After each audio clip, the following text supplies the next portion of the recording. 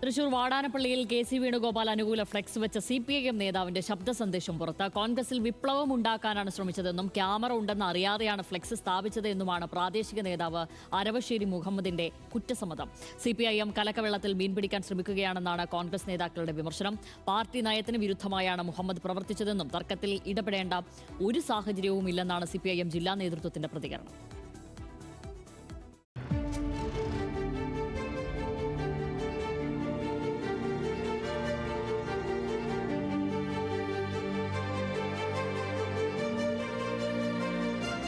ഇഷ്ടനേതാവിനെ മുഖ്യമന്ത്രിയാക്കാൻ കോൺഗ്രസ് പ്രവർത്തകർ ചേരിതിരിഞ്ഞ് പോരടിക്കുന്നതിനിടെയായിരുന്നു തൃശൂർ വാടാനപ്പള്ളിയിലെ സംഭവം.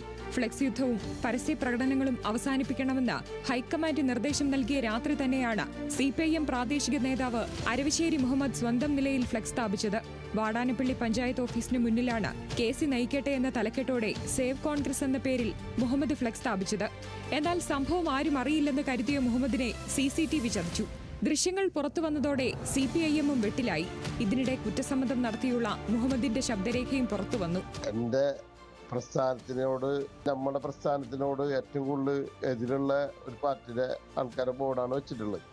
ഏറ്റവും കൂടുതൽ ദേഷ്യമുള്ള ഒരു കോൺഗ്രസ് പാർട്ടിയുടെ വിപ്ലവം ഉണ്ടാക്കാൻ വേണ്ടിയിട്ട് മാത്രമേ ചെയ്തിട്ടുള്ളൂ.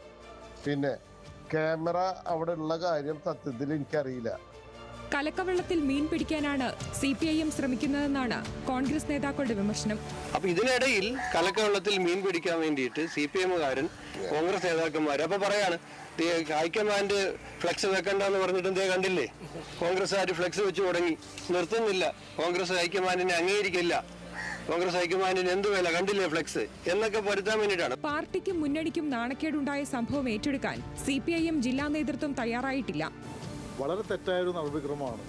ഒരു കാരണവശാലും ഞങ്ങൾ അംഗീകരിക്കുന്ന ഒരു കാര്യമല്ല. ഇത്തരമൊരു തർക്കത്തിൽ ഞങ്ങൾ ഇടപെടേണ്ട ഒരു സാഹചര്യവുമില്ല. അപ്പോൾ പാർട്ടി നയത്തിന് വിരുദ്ധമായിട്ടാണ് അദ്ദേഹം പ്രവർത്തിച്ചിട്ടുള്ളത്. അതുകൊണ്ട് തന്നെ അദ്ദേഹത്തോട് വിശദീകരണം തേടും.